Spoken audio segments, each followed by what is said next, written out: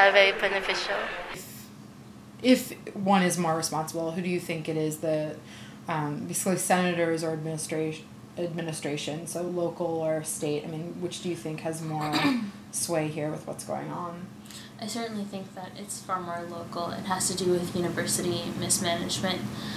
I think that it's often a habit for people to immediately look to the greatest form of power. In this case, that would be going to the Capitol. And certainly there is mismanagement among the people in the Capitol. That the California budget has been greatly mismanaged. However, the mismanagement of the university budget has been completely, it's very difficult to support any of the decisions that have been made, especially as a student, seeing the tuition increases, the increase to the chancellor's salary, the cuts to researchers and lecturers, the cuts to student resources. These are all things that are locally decided, and they're things that have been decided by the UC Regents, and that really can't be blamed on the California budget, but it's definitely important to see the way that the California budget affects the UC. How do you feel about the student government? I mean, do you think that that as a whole, how much power do you see them as having, and do you think they're using it to its fullest potential? I don't think so. I have to admit that I don't think so. At the arrests at Merak Hall that happened, the Merak 52 arrests that happened, there was a fantastic resolution that was passed within the ASUCD, and they were, before all of these riot cops and law enforcement officials, yelling this this resolution, which was a resolution of mistrust against the UC Regents. It was extremely powerful. I don't think that sort of action has been taken thus far since then, and I don't think that resolution has been followed through. Why do you think that is?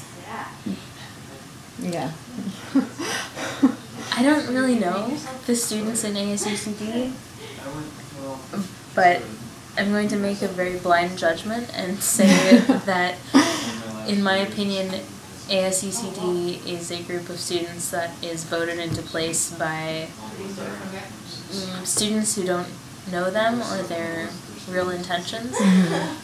They're marketed, and they have a platform that usually caters to a majority of the university.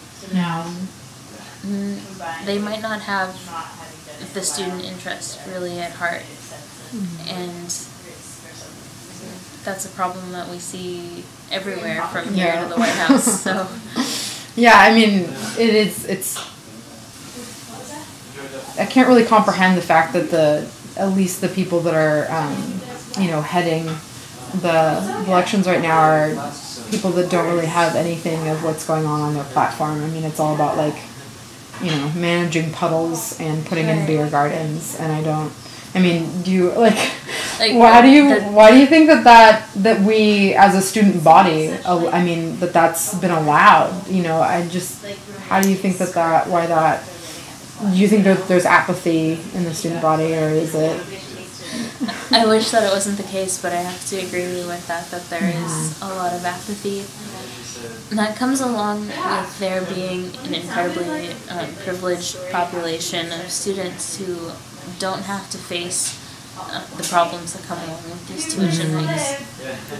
A lot of the students who are protesting are students who have personally been affected by the tuition cuts. I personally have to say that I have been greatly. And when students don't have to face the problems, then they're free to elect whoever they want. They're free to not think about it.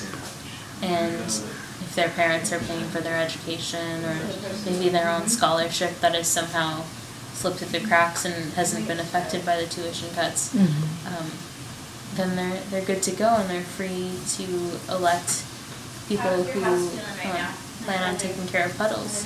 Yeah. If that's the extent of what they care about, then it's too bad for the University of California, because that's what these tuition hikes are doing, is it's inviting a complacent group of students in, people who maybe don't have to worry about money so much, people who don't have to worry about their education being a corporate product. Yeah, like in Berkeley, a lot of people are saying that basically the occupation of the highway resulted not from a plan to really occupy, but from, it was just basically, the fallout from people feeling that they were chased onto the highway by policemen. And I heard at least, I think there's been some talk about how people felt that, their lives were in danger. They often put aside logic and common sense when it comes to protesters, and when it comes to protests and collective action. Most of the time, what they do is try to enforce the law, and that ends up exacerbating whatever kind of danger that might have been created in the first place. Because of that, the desire to quell the collective action, but also to quell it using institution, meaning that they will bring law and bring guidelines onto people who are deliberately trying to destroy those laws and guidelines. And what that does is it creates a barrier between the people who are engaging in collective action and law enforcement. You're listening to Graffiti Press with Christina and Roxanne. Any questions, comments, feedback, whatever that you have for us would be greatly appreciated. We'd like to make this space a very interactive kind of thing. We want this project to be very interactive. We want to know what you're thinking. We want to know what you want to hear.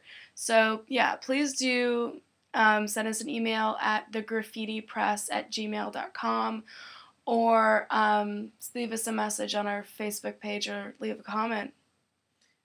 And in the next few weeks, you guys can anticipate the release of information and the further investigation on a number of subjects, which, we're pretty passionate about. And if you have any ideas for further subjects and things within existing subjects that we've announced, feel free to let us know. Yeah, so the topics we're going to be following over the next, over this spring quarter and summer are going to be a continuation of this series, Attitudes from Across Campus. The discipline in law enforcement is going to be definitely a theme that we're going to be taking a look at. The distribution of power within the UC system, taking a look at how power is distributed between on the state level, on the UC administrative level, and so on. Financing education, we'd like to know how people are doing in their personal finances, as well as, how private funding packets get distributed or whatever. We really would like to know the whole system for that. And the tangible and direct effects of budgetary problems within our UC system, considering budget cuts and construction and how those fit together. And you can look forward to a brief history of civil disobedience up on our page, hopefully very soon, to kind of, take a look at how we fit into this historically and what people have done in the past, and maybe gain some strength and some hope from, the soldiers of the past in this. Yeah. Okay, so thank you so much for listening, and that's the flow. That's the flow. All right.